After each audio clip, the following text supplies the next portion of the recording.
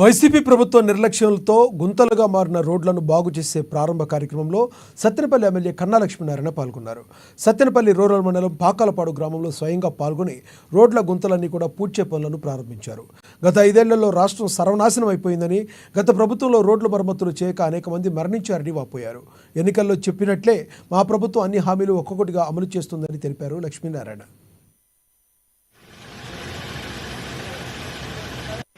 ఈ ప్రభుత్వం ఒక ప్రజా ప్రభుత్వం, ప్రజలకి అభివృద్ధి సంక్షేమం రెండు సమానంగా ముందుకు తీసుకునేటువంటి ప్రభుత్వం. ఎంతో అనుభవం కలిగినటువంటి నాయకుడు మన చంద్రబాబు నాయుడు గారు 14 సంవత్సరాలు ముఖ్యమంత్రిగా చేసినారు.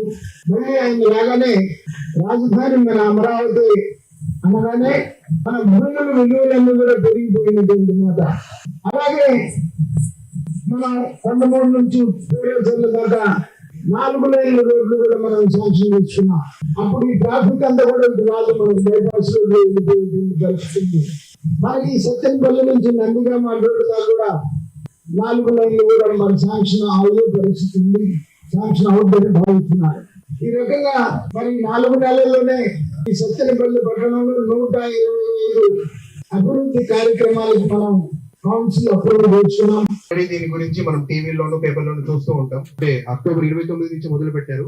అక్టోబర్ 29 నుంచి మార్చ్ నెలాఖరు లోపల మీరు ఎప్పుడైనా సరే మొదటి గ్యాస్ బుక్ చేసుకోవచ్చు సిలిండర్ ఇందులో. సో మనం రెగ్యులర్ గా ఎలా అయితే గ్యాస్ సిలిండర్ బుక్ చేస్తూ ఉన్నామో ఫోన్ ద్వారా కావచ్చు, ఇతర ఎటువంటి మీరు మెథడ్ ద్వారా బుక్ చేసినా అదే పద్ధతిలో బుక్ చేసుకోవచ్చు.